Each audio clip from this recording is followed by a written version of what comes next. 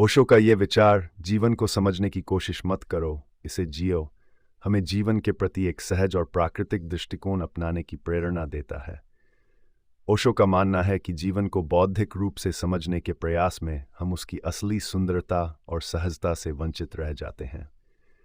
जीवन को सिर्फ विचारों में बांधना उसे सीमित करना है, जबकि वास्तव में यह एक अनंत अनुभव है जो सिर्फ जीने से ही समझ में आता है।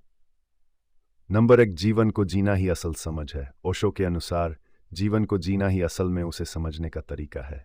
हम इसे किताबों, तर्कों या विचारों के जरिए नहीं समझ सकते। जब हम जीवन को पूरी तरह से जीते हैं, बिना किसी पूर्वाग्रह या डर के, तभी हम उसकी गहराई और उसकी सुंदरता को महसूस कर सकते हैं।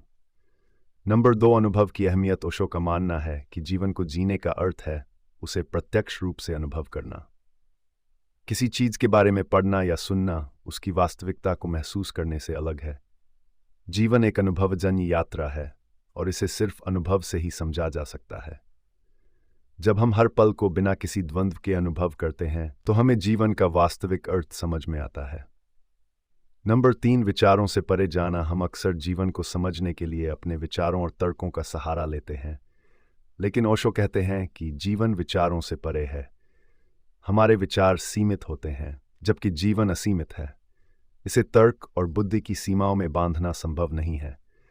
इसलिए जीवन को समझने की कोशिश करने की बजाय उसे खुलकर जीना चाहिए। नंबर 4, मस्तिष्क और हृदय के बीच संतुलन। ओशो के अनुसार जीवन को केवल मस्तिष्क बुद्धि से नहीं बल्कि हृदय से जीना चाहिए।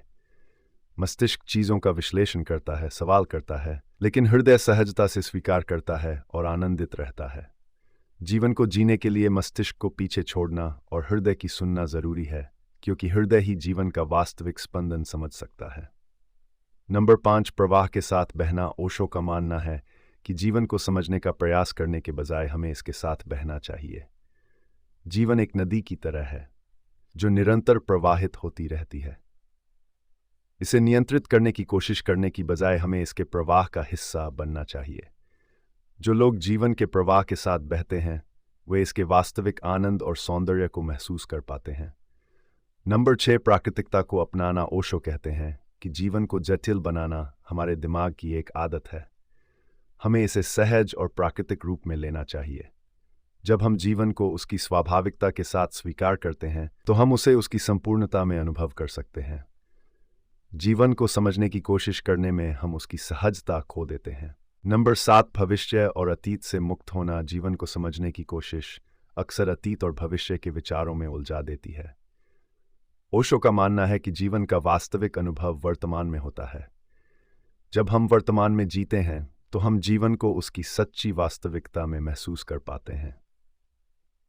नंबर 8, बिना किसी उद्देश्य के जीना। ओशो का मानना है कि जीवन को समझने की कोशिश अक्सर एक उद्देश्य की खोज में होती है, लेकिन जीवन का आनंद किसी उद्देश्य में नहीं बल्कि उसे बिना किसी कारण, बिना किसी उद्देश्य के जीने में है।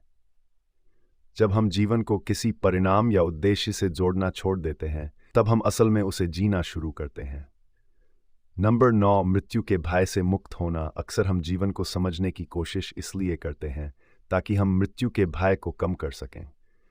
ओशो का मानना है कि जब हम मृत्यु से मुक्त होकर जीवन को पूरी तरह से स्वीकार करते हैं तो हम जीवन का वास्तविक आनंद पा सकते हैं। मृत्यु का विचार केवल हमें सीमित करता है, जबकि इसे स्वीकार कर हम जीवन के हर पल का पूरा आनंद ले सकते हैं। ओशो का यह संदेश हमें बताता है कि जीवन को बौद्धिक रूप से समझने की बजाय इसे एक अनुभव के रूप में अपनाना चाहिए। जीवन को समझने की कोशिश मत करो, इसे जियो। का अर्थ यह है कि जीवन का हर पल एक नया अनुभव है और इसे पूरी तरह से जीना ही इसकी वास्तविकता को समझने का तरीका है।